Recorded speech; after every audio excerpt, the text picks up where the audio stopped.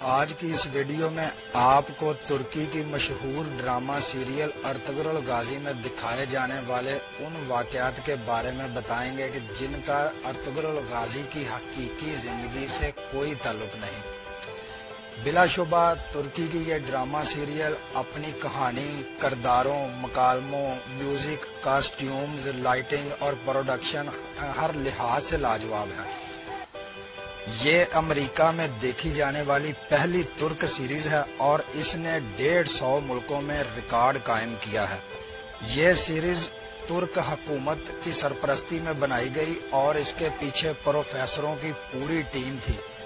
اس team نے ابن عربی کا مطالعہ بھی کیا، ترک تہذیب اور ثقافت بھی دیکھی اور ترکی کے صدر رجب طیب اردوان تک اپنی اہلیہ اور صاحبزادی کے ساتھ اس سیریز کی شوٹنگ کے سیٹ پر پہنچے اور آدھا دن وہاں گزرا۔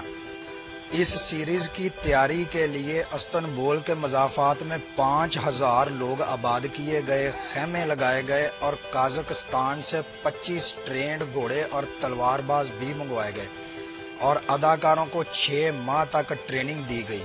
اور پھر ایک ایسا شاہکار سامنے آیا جسے مغربی میڈیا اسلامی بم قرار دے رہا ہے، اور یہ واقعی اسلام کا ثقافتی، روحانی اور تاریخی بم ہے۔ اس سیریز نے جہاں دنیا بھر کے ممالک میں اپنی مقبولیت کے ریکارڈ قائم کیے، وہاں اس سیریز نے ترکی کی سیاحت میں بھی ریکارڈ اضافہ کیا ہے۔ لیکن اس کے باوجود اس سیریز میں دکھائے گئے بہت سے واقعات ایسے ہیں جن کا ارطغرل غازی کی حقیقی زندگی سے کوئی تعلق نہیں۔ یہ آپ کو ہم اس ویڈیو میں وہ واقعات جو ہیں ان کے بارے میں بتائیں گے، لیکن اس سے پہلے میری آپ سے گزارش ہے، اگر آپ نے ابھی تک ہمارا یوٹیوب چینل سبسکرائب نہیں کیا تو اسے سبسکرائب کر لیں اور بیل آئیکن کو دبا لیں۔ تو آج چلتے ہیں ان واقعات کی طرف۔ اس سیریز میں ارطغرل غازی کو عالم اسلام کا بہت بڑا بلکہ سب سے بڑا ہیرو بنا کر پیش کیا گیا ہے۔ حالانکہ یہ بات تاریخی لحاظ سے غلط ہے، کیونکہ ارطغرل کا تاریخ میں چند 100 جوانوں کے ساتھ علاؤ الدین سلجوق کی اچانک مدد، سلطان سے سقوط کی وادی حاصل کرنے اور ابن عربی کی دعا کے علاوہ کوئی اہم کارنامہ نہیں تھا۔ سلطنت عثمانیہ آہستہ آہستہ مارز وجود میں آئی تھی اور اصل کمالات سلطان محمد فاتح، سلطان سلیم اول اور سلطان سلیمان نے دکھائے تھے۔ یہ لوگ تھے جنہوں نے سقوط کی چھوٹی سی وادی اور 3000 لشکریوں کی ریاست کو دنیا کی عظیم خلافت بنا دیا۔ تاہم یہ بھی سچ ہے، خلافت عثمانیہ اگر ارطغرل غازی نہ ہوتا تو خلافت عثمانیہ کی بنیاد بھی نہ رکھی جاتی۔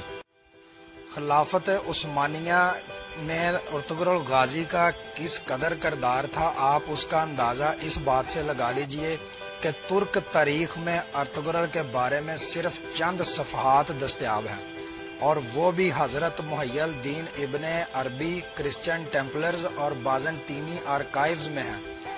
ترک حکومت کے پاس ارطغرل کے نام کا صرف ایک سکہ ہے، اور وہ بھی اس کے پوتے اور خان، جسے ترک آر خان بھی کہتے ہیں، کے دور میں جاری ہوا تھا۔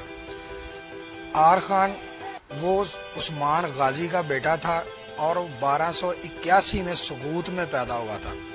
ڈرامہ سیریز میں دکھائے گئے ارطغرل کے تینوں بیٹے کراجہ حصار کے مضافات میں کائی قبیلے کے ٹینٹوں میں پیدا ہوئے، اور اس کی اہلیہ حلیمہ سلطان عثمان غازی کی پیدائش کے بعد انتقال کر گئی، جبکہ حقیقت اس سے بالکل مختلف تھی۔ ارطغرل کے تینوں بیٹے سقوط میں پیدا ہوئے تھے۔ یہ لوگ پہلے بیٹے گندوز کی پیدائش سے قبل سقوط شفٹ ہو چکے تھے۔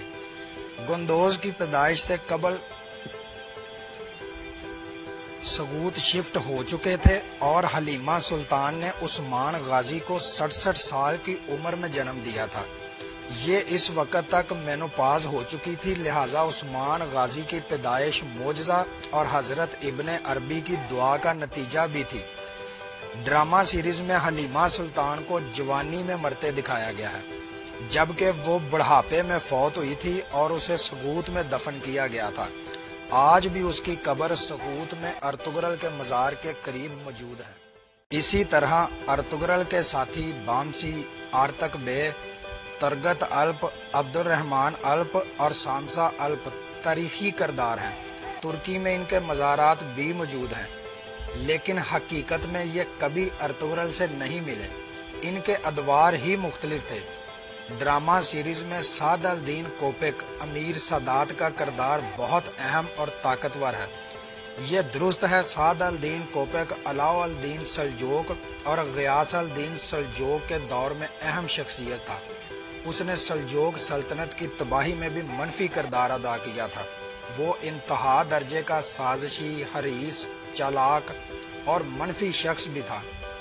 شیطان بھی اس سے پناہ مانگتا تھا، لیکن وہ اس کے ساتھ ساتھ شاعر، مصور اور اعلیٰ پائے کا آرکیٹیکٹ تھا۔ اس نے سلطان علاؤ الدین کا ذاتی محل تعمیر کیا تھا۔